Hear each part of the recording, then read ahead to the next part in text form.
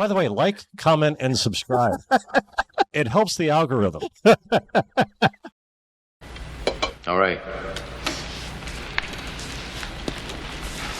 People who really want to have a good time won't come to a slaughterhouse. And we've got entirely too many troublemakers here. Too many 40-year-old adolescents, felons, power drinkers, and trustees of modern chemistry. It's going to change. Be nice. That ain't working. I want you to be nice. That ain't working. And you'll both be nice. So much as my wife was a giant,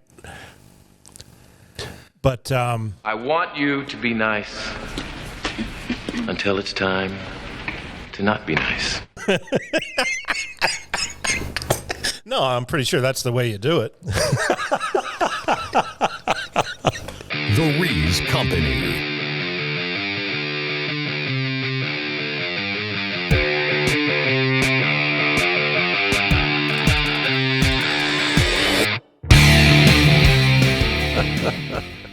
So last week we talked extensively about episode 1 of Peter Jackson's Get Back documentary that focuses on the Beatles and their project that turned out to be the album Let It Be. Right.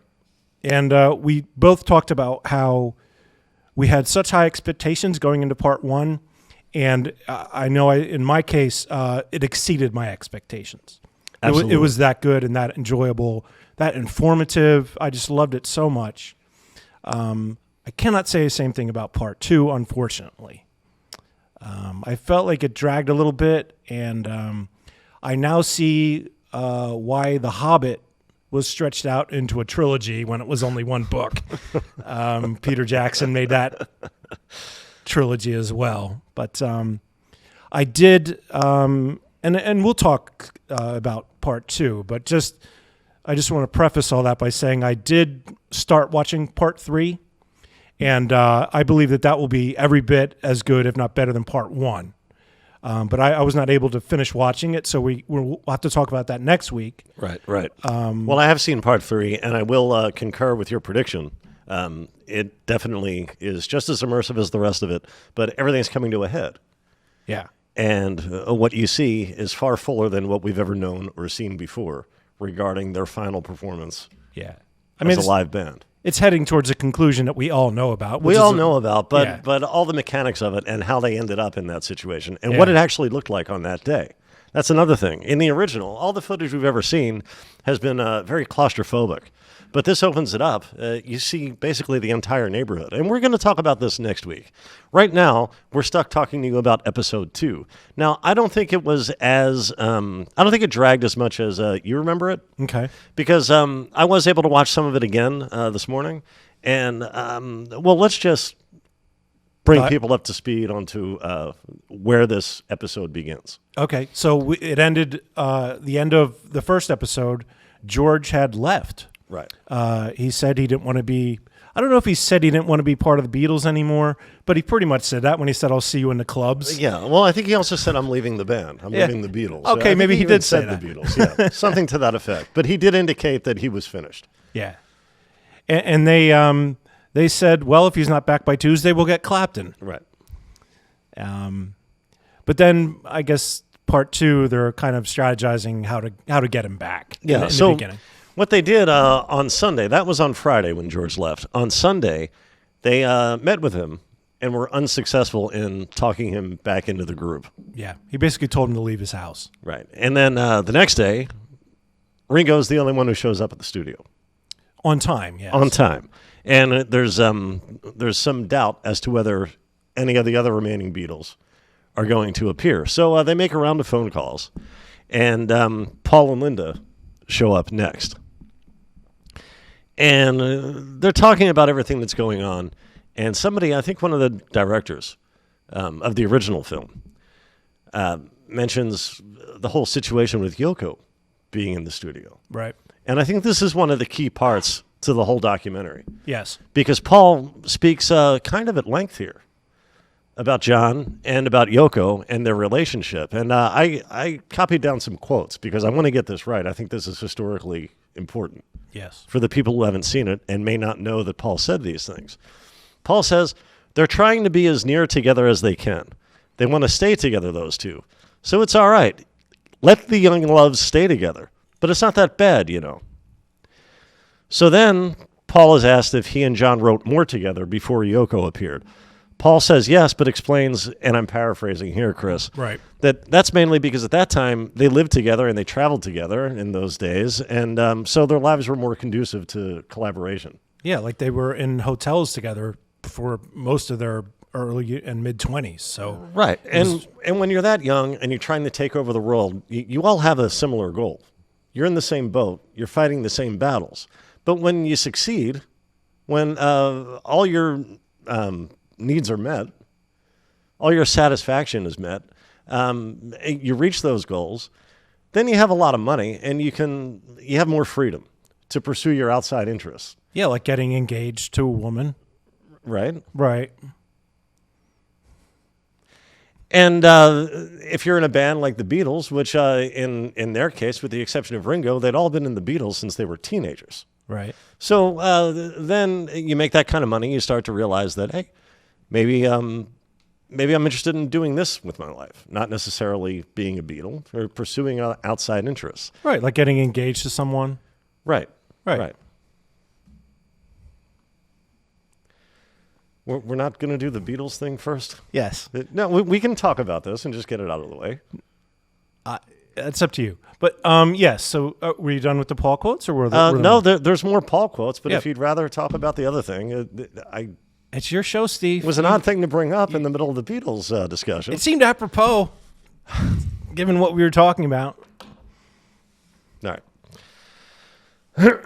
More on that later, I guess. So Paul goes on to say, she's great. She really is all right. They just want to be near each other. Yeah, referring to Yoko. Referring to Yoko and John. Not anyone that we know.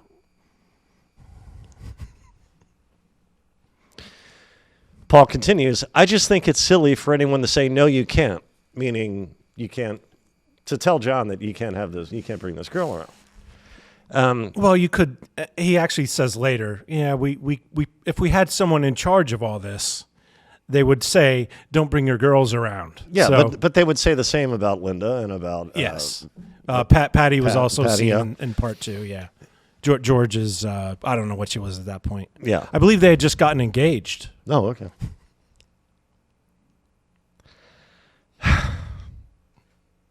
So Paul continues, it's John's decision and it's none of our business. But then he says, and this is the most stunning thing to me, perhaps in the entirety of the entire 8 hours Really? of the experience. He says, it's going to be such a comical thing, like in 50 years' time, you know. They broke up because Yoko sat on an amp. What? You know, John started bringing this girl around. As though, wouldn't it be funny if people thought Yoko broke up the Beatles? Yeah. If we could convince the world that that's what happened. And of course, that's exactly what ends up happening. Yeah. But then Paul adds, and then there were two. And you can see his eyes are starting to tear up. Yeah. Because he and Ringo are the only two Beatles in the studio. There are 50 people in the studio, but there are only two Beatles. Yeah. And Ringo looks miserable. Paul looks like he's about to cry. Yeah, but Ringo also looks teary, Yeah. in my opinion. So then Brighton Beach. Now, the original idea for the Get Back project was for the Beatles to write, rehearse in a fortnight an album's worth of new material, or new to the audience. Which sounds insane. Yeah, but they're the Why Beatles. they thought they could do this is insane. If anybody could have pulled that off, it was the Beatles. Right. So the culmination is meant to be a television special where they perform in front of a live studio audience. Not necessarily a studio, though, because they're considering, well, the director is really, really, really pushing Libya as a location. Yeah. So after the whole Yoko discussion, Brighton Beach is mentioned as a possible venue for the concert and TV special. And Linda says she likes the idea of Brighton Beach as a location. And then Paul jokingly says, just stay out of this, Yoko. Yeah. Yeah, I really like that part. You realize, Chris, and I only thought of this today as I was rewatching parts of this, that may have been the first time in history that the term Yoko was applied to mean meddling gal pal. Yeah, I had the exact same thought. And we saw it. We saw it happen. Isn't that fantastic? It was a historic moment. But of course, he's also making fun of how those around the band are making Yoko out to be this, divisive force. Yeah. So there's that element too. Paul didn't entirely mean it the way the rest of us have used it over the past half century plus. So then John phones the studio. And Paul has a word with him. John agrees to come in. Oh, and when they told him that John was on the phone, Paul's mood changed entirely. Like, you could see, like, he was just waiting for, like, God, I hope he calls. You know, like, that's really, his mood changed entirely at that point. So it was kind of like a relationship. Yeah. Like a romantic relationship. Yeah. Not literally, but had the same qualities as far as needing the other person around. Right. So, yeah, John agrees to come in, and the two meet for lunch in the studio canteen. Their conversation is secretly recorded through a bugged flower pot. Yeah. So, do you remember what they talked about? I do.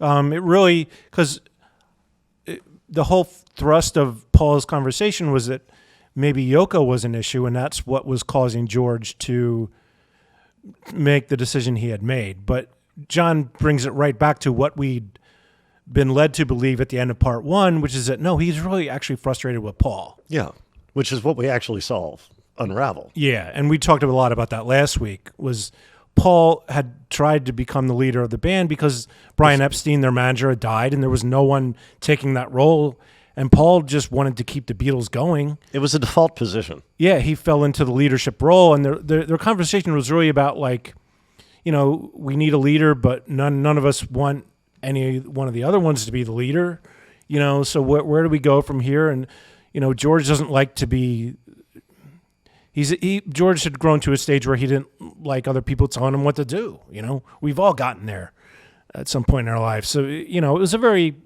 understanding conversation that they had. You know, I don't know. What do you have on No, I just have what resulted. But yeah, during that secretly recorded conversation, we learned that John also feels the same way about Paul. Right. Being too much of a leader or questioning anyone's criticism of him as far as what he wants people to play and how he wants things to sound. He says, sometimes you're right, but sometimes you're wrong, like we all are. Yeah. But there's no telling you, he basically says. Yeah, I guess Paul, he wanted the songs done his way. And I guess John and George felt like they were more accommodating with their own compositions in how much they would change them or vary from their original vision or whatever, whereas they felt Paul was uncompromising in what he wanted out of his own songs. Right. So I guess the whole thing was, and John says, you know, sometimes I'm that way too, but you're that way all the even time. more so. Yeah.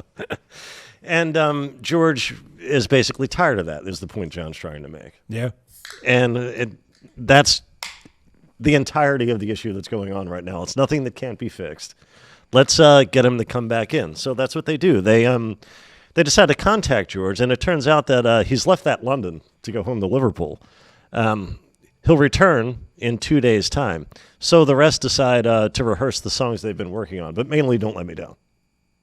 Yeah. No, I'm kidding. They go into Get Back. It really seems like Don't Let Me Down was the only song they rehearsed in the whole movie. Now, it's the following day. Now, when discussing part one, we noted how many Abbey Road and solo songs were already knocking about during these sessions. Well, someone asked Paul if he writes songs on piano or guitar. Do you remember this part? I do not. And Paul says, oh, it's whatever I'm near, really. So they just come to you? Yes, I had one this morning.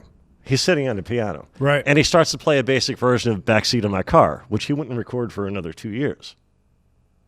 No, I do not remember this. That had come to him that morning, and this is the beginning of the session that day. So he was already, I mean, it wasn't complete, but... Oh, Backseat of My Car. Yes. From Ram? Yeah. So Wednesday, they meet with George, and all parties agree to change the direction of the Get Back project. There will be no TV special. The recording will resume at the new Apple Studios built by Magic Alex. Yes. We haven't really delved much into the Magic Alex saga. Now, shall I tell the folks a little more about this guy Please. than perhaps they saw in this film if they have watched it? Yeah. Okay, here's a little about this cat. He was a TV repairman who came from Greece. And what he did was he invented a box with light bulbs in it. And by that I mean he plugged some colored light bulbs into a box. And the thing was completely useless, but it impressed John Lennon, who met Alex, I believe, at the same gallery where John met Yoko. Right. So John was so impressed, Alex was brought into the Beatles fold. You forgot to mention the name of the box. It was called the Nothing Box. Oh, yeah. Yeah, well, it was in the title. So I guess John appreciated a good scam or a good joke, and he decided, yeah, let's give this guy a title. So with that title, and I believe it was head of Apple Electronics, something to that effect. I have to be careful. I mean, he is dead, but he did sue during his lifetime about people getting any aspect of his career incorrect. My opinion is it's because they got it right, because there are so many sources on all these things I'm about to say, Chris. Yeah. I think you're on safe ground. Well, all this guy did was promise technological developments that never surfaced. And I have a short list here, Chris, if you're interested. I am. Okay. Wallpaper speakers. Then, you'd put wallpaper on your walls and sound would come through them. Yes. I think we already have that. We just heard a train go by. Yeah. Well, they're actually still working on similar things to this day. Well, but haven't quite achieved them yet. This guy promised them. Well, all he needed was a certain amount of money from John Lennon, and he'd be able to. Okay, paint for cars that could change color by flicking a switch. Cool. Very cool. Cool. Possible. I think they have that now. What? Many years later. Well, you remember those T-shirts back when we were in high school? Oh yeah. They would change color if they got wet based on your body temperature. Oh, body temperature. Yeah. So he was on the right track with that. Let me read that to you again, Chris. Paint for cars. Paint that could change color by flicking a switch. Yeah. I don't know. How about this? I think Elon Musk might be working on that one. I don't know. A force field to surround the homes of the Beatles. All right, now that's a little bit crazy. Paint that can make anything invisible. But I guess here's the catch. Everything in the world has to be painted the same color. Right. That's a way to do it. That's not impossible. Right. It would just take a lot of work and a lot of cooperation. He promised what would become caller ID, but that appears to have been more of a prediction than anything he was actually developing. All of these promises and predictions were abandoned when a mysterious fire destroyed his laboratory. Oh, that's unfortunate. Now, did you mention was it a combined bass and rhythm guitar with a revolving neck that he gave a prototype to John? We actually see that in the film. Right. And it's made out of styrofoam because this is, it's not a prototype. It's a mock-up.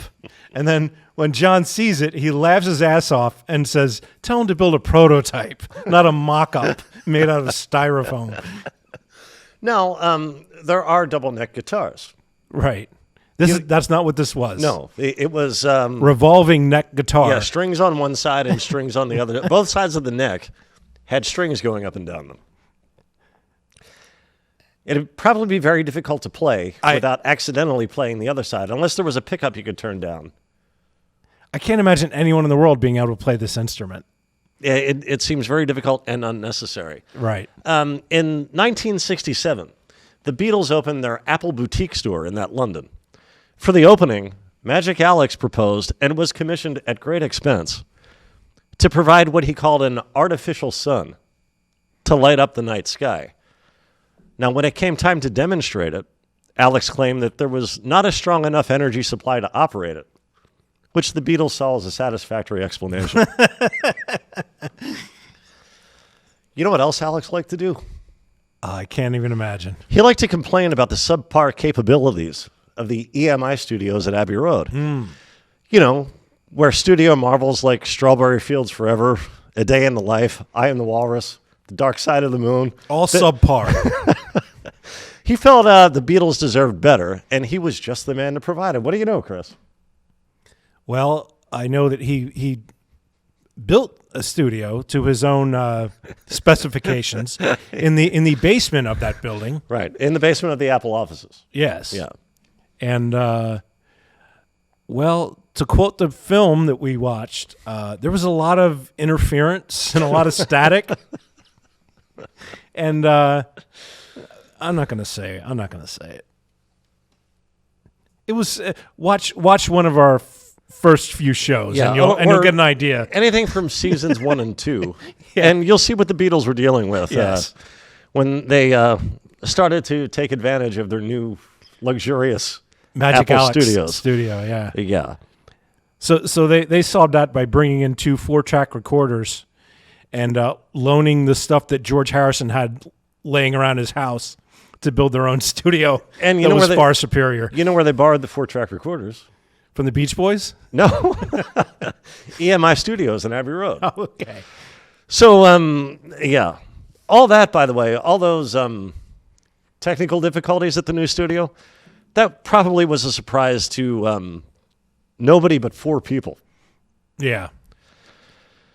So, in total, it is said that Magic Alex's antics cost the Beatles, and this is adjusted for inflation, the equivalent of £5.32 million over his association with the band. Yeah. You want some more about Alex? This is post-Beatles. Sure. In the 1970s, he began marketing bulletproof vehicles. Well, that's a thing. The president has one. The Pope has one. Right. Are any of those built by a TV repairman? I don't know.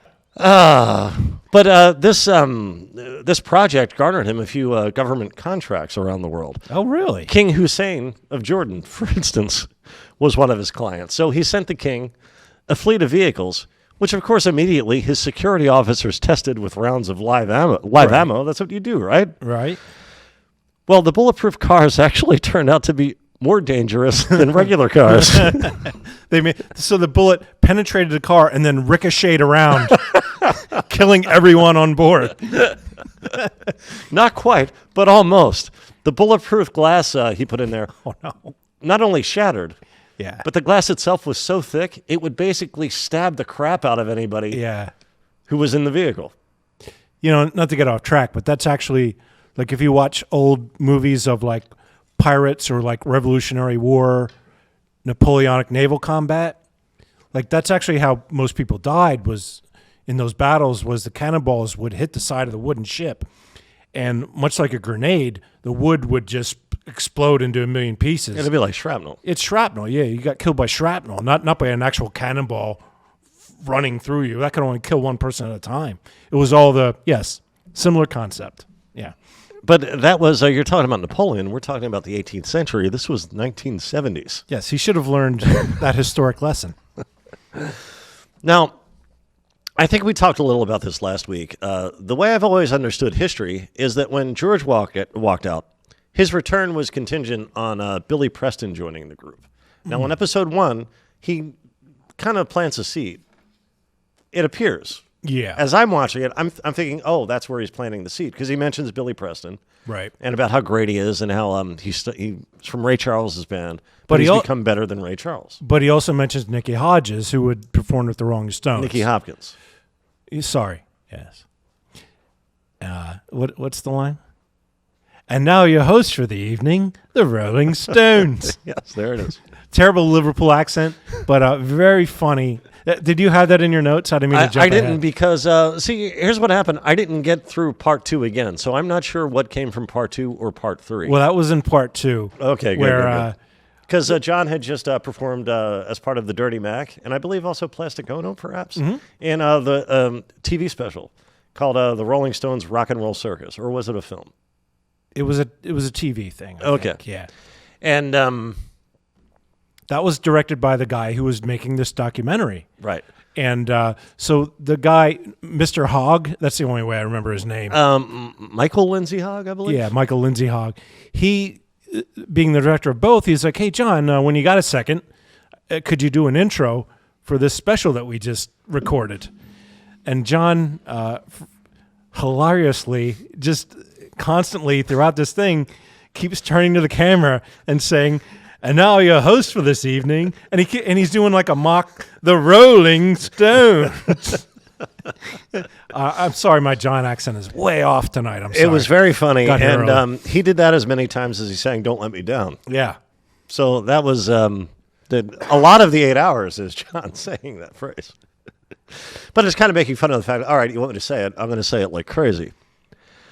So yeah, Billy Preston, George does mention him in episode 1 before he quits.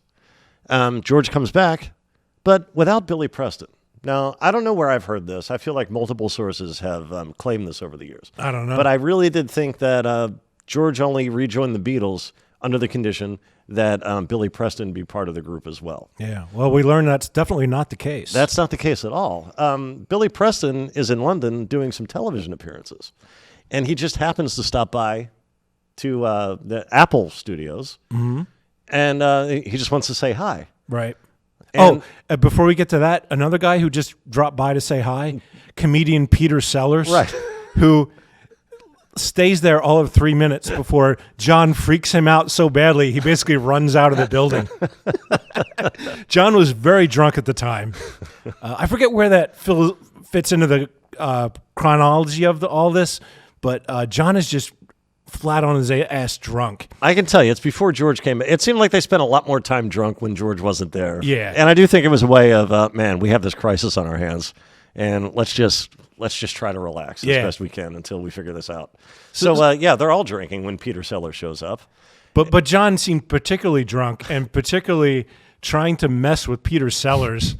And so Peter Sellers gets so uncomfortable. He just like, all right, I got to go, guys. And it's funny because right after that, you see Paul, like you say, they were all drunk, but Paul is clearly frustrated at John. And he says this line, which I wrote down. It seemed so weird to me. He says, he's trying to say, John, you need some kind of like direction. He says, to wander aimlessly is very unswinging.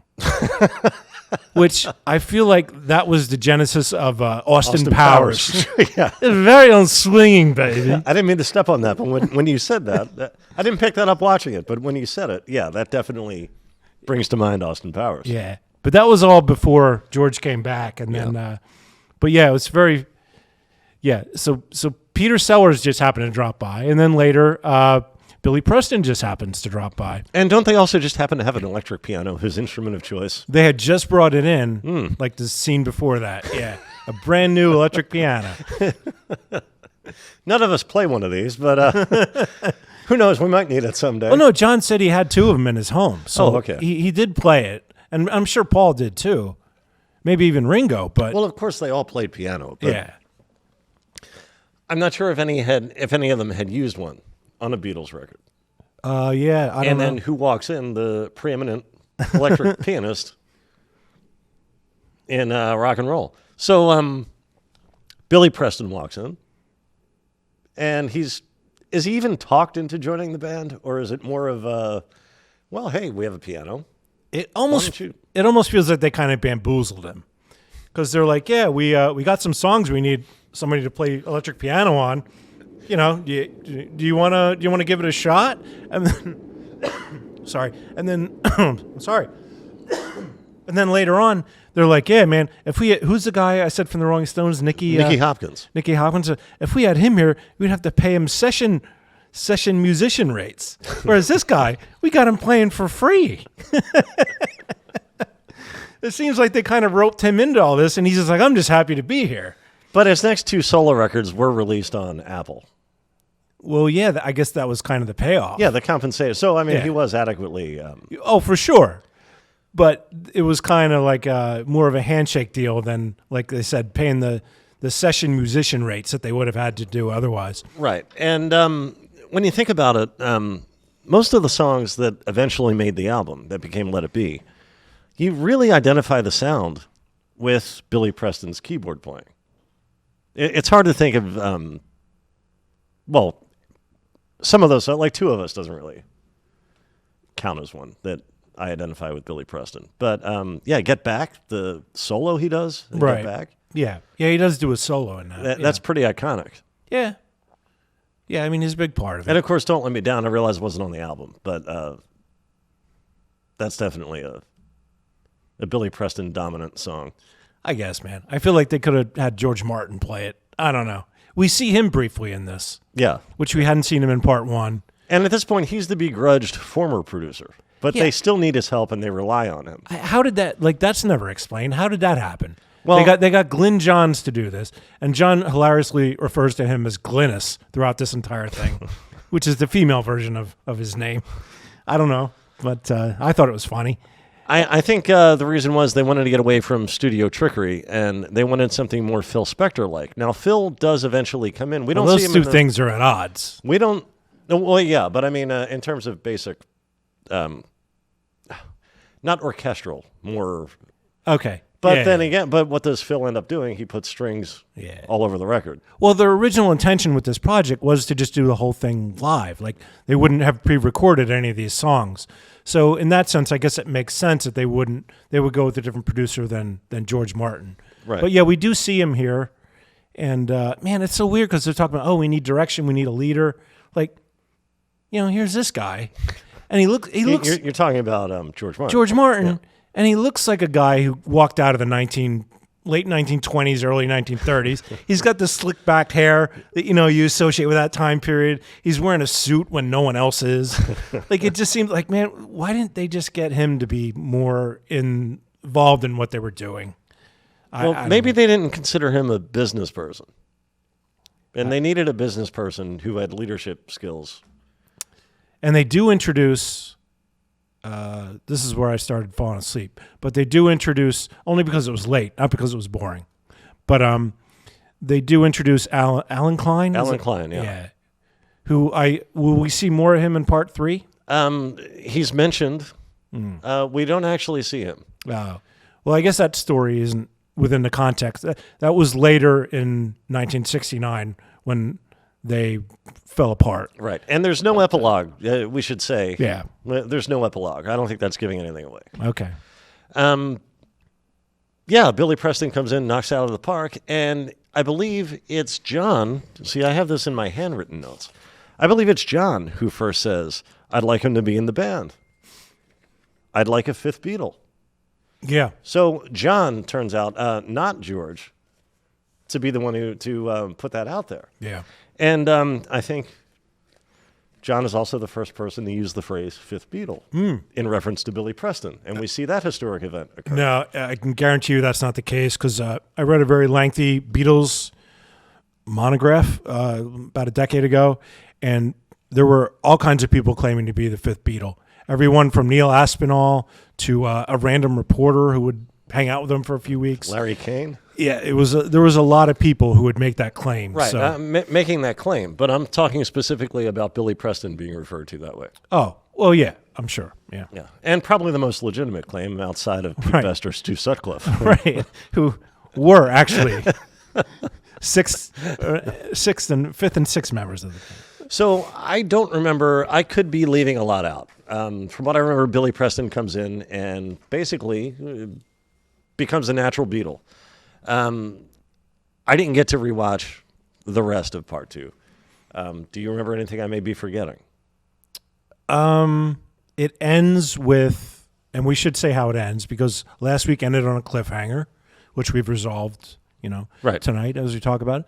But this week, part 2 ends on a cliffhanger of Paul is sitting there kind of strumming his guitar, very unsatisfied with, we said this was kind of his project that he had tried to force through, this whole, let's put together enough songs in 2 weeks to have a live concert at the end. He's very unsatisfied with where they've ended up, which is just, we're just going to eventually record these songs in the studio in their final form. He's like, man, it's very, paraphrase, very anticlimactic. Yeah, also very, may I add, run-of-the-mill for a band who, for their past couple of albums, had really changed the game with each release. Right. As to what a rock band could do and how you could play with the form and also play with the studio. Yes. So then the way part 2 ends is, I believe it was Glyn Johns and the Mr. Hogg guy, Boss Hogg. But it could have been 2 other people. But they take Paul aside, and it's on camera, and they start explaining, hey, we have an idea where maybe you can get the climactic thing that you're looking for. and you see you don't hear them, but you see Paul's whole expression just be like, oh yeah, like he's really into it. And of course we all know what it is, but it's not said yet. So they'll get to that in part 3. Okay, well, I look forward to that because part 3 pays off in many ways, in many unexpected ways. If you did see the first film, and you have, you don't think you have, but you have. Yeah, you have. Yeah. Probably in a sneaker commercial or something. But you've definitely seen the Beatles rooftop concert, but you've never seen it in the way it's presented, when it's presented fully with more cameras, more footage, and more detail. And there's an unsung hero during the rooftop concert, and we're not going to talk about this now.